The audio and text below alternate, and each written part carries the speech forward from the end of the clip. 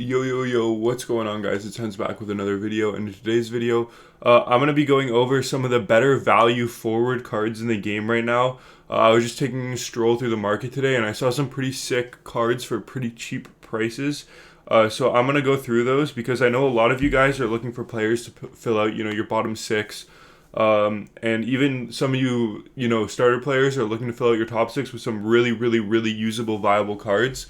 So I'm going to hide my face cam so we can look at the stats, and we're going to hop right into it with the first one, and probably the lowest rated one, but one that I still think is very viable and very slept on in the NHL community, is actually from the Florida Panthers, and it is this 91 overall Aleksander Barkov. Now, he does have 91 face-offs, which is, it's usable at this stage in the game, especially on your fourth line.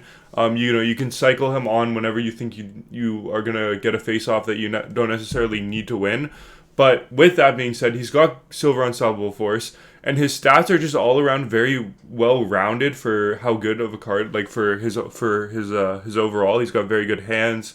He's got a good shot for his overall. He's a decent skater. He's not the fastest card in the world, but you don't really need the fastest card in the world. He's got great defensive stats, great strength, great balance, and he's 6'3", 215. And if you slap unstoppable force on him, if you're gonna play him higher in your lineup, he's a great card, and he's only 50K.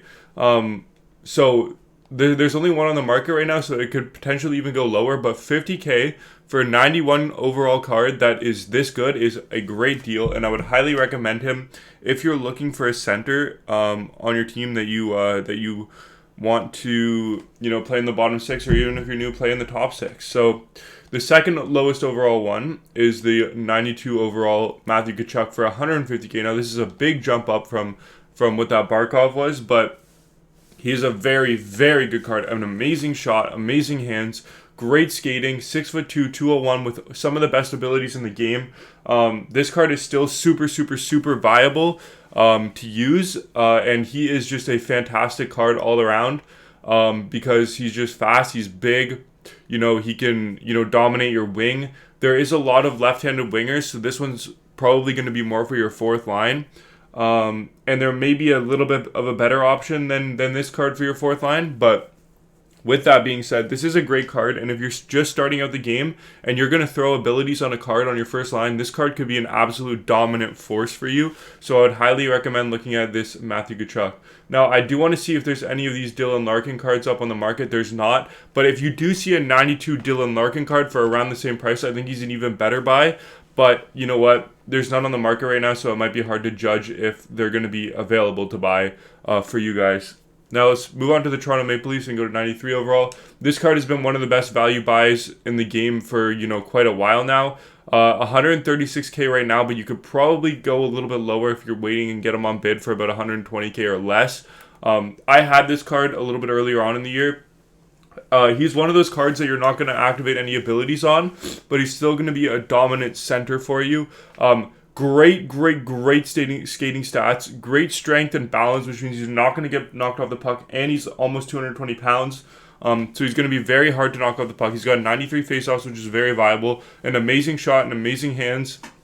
His abilities aren't great, but he's got good synergies. Even if you don't activate buzzing on him, he still looks amazing. All you're losing is a bit of hand-eye endurance, one speed, and a bit of stick checking. But most people should have Workhorse on because I do believe it's the best skating synergy in the game. So this card is absolutely unbelievable. I hate the Leafs, which is why I'm not using him. Otherwise, he would probably, more than likely actually make my lineup for my team.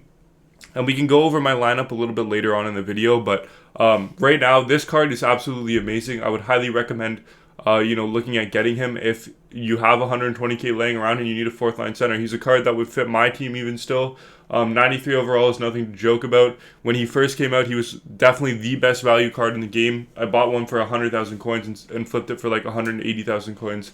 I remember that, but he is a great card, and I would highly recommend looking at investing in him because he might even go up because it's the best John Tavares card we have out right now. So if, they start to dry up on the market, they were a pretty common card, but if they start to dry up on the market a little bit, a lot of Leafs fans are going to be looking to buy this card, and his price might artificially inflate. So even if you want to, use this card for your team. It's also a bit of an investment because I think the card value is going to go up until another John Tavares card that is better drops.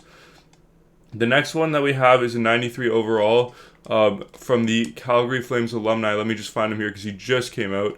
Joel Otto. Now, I saw one for 145K. Yeah, 145K for this card is absolutely nuts. 91 speed, 91 acceleration, 6'4", 220 with 97 balance, 92 agility, 98 strength, 96 faceoffs. A great shot, really solid hands, really solid checking, really solid defense. Silver Truculence and Big Rig. You're not really going to activate Big Rig and maybe not Silver Truculence unless he's on one of your top lines. But 6'4", 220 with those faceoffs. This is one of the best centermen in the game that you can buy on the market that's not an MSP. And he's only 150K, which is absolutely mind-blowing to me. This is the best value buy in the game, I feel like, right now. Because this card, I guarantee it makes most of your teams. If this card doesn't make your team, you either grind this game nonstop or you spend money on the game. Otherwise, this card makes everybody's team. It is absolutely unbelievable. I'm thinking about picking him up for my team, for my fourth line. 96 faceoffs is nothing to laugh about. And he's got massive size, massive weight, massive strength, massive balance. He's going to be an absolute force in the defensive end.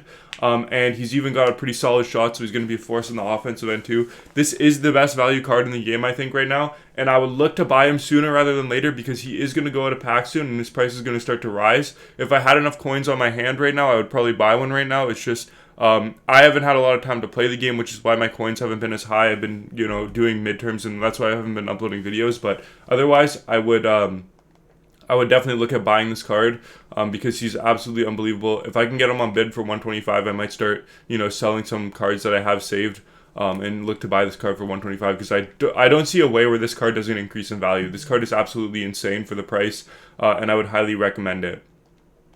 And the last card that we're going to take a look at is Marie-Philippe Poulin. Now, I would have said Saku Koivu is a good card to take a look at because he does look very, very, very good.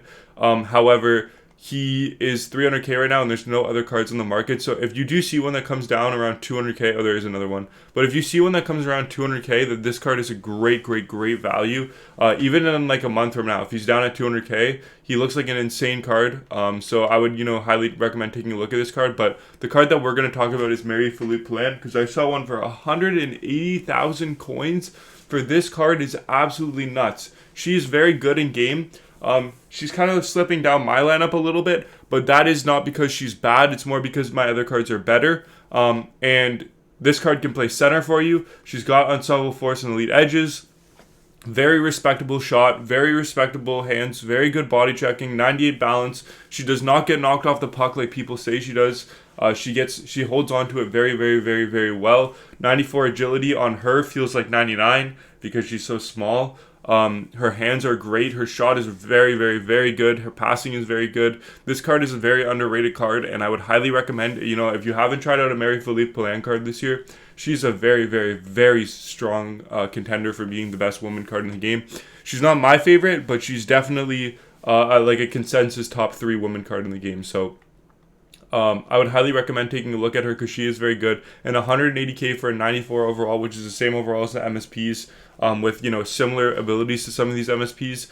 I would highly recommend taking a look at her because she is very undervalued for how good she is in this game. Because like Jeff Petrie, I think is a worse card than her, which might be an unpopular opinion. But he's going for 340K, right?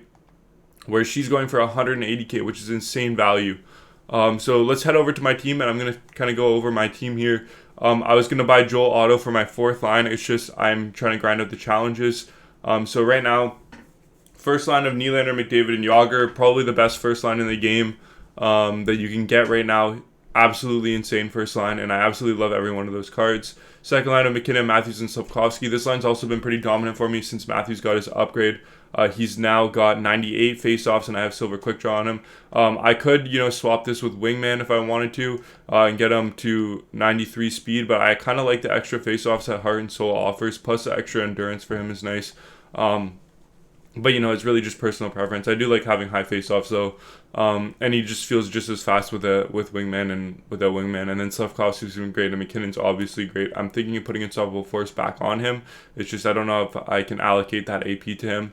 My third line right now is Lemieux, Sagan, and Poulin. Poulin has been great for me. I mean, she's been on my third line for a while, and she's still about a half a point per game, just over a half a point per game. And she feels insane in game, so that's why I recommended her. Sagan has also been insane for me for my third line. He's like almost a point per game. Not almost, but like he's close to a point per game for a third line center, which is very, very, very good. He's a very good card, and I highly recommend if you haven't built him yet. I would still even take a look at building him now, just because he's so much cheaper than these 94, 95 overall MSPs that are coming out now, and he's still an insane card even with no abilities activated. And then Mario Lemieux obviously has been great. I had him on my fourth line at 88 overall for a while, so that's why his point per game aren't super high, but you can definitely notice him on the ice. He's a dominant force. And then Amanda Kessel, who might be my favorite, sleeper card in the game. She's absolutely insane in game, and she's been on my third and fourth line for like the past month, I would say.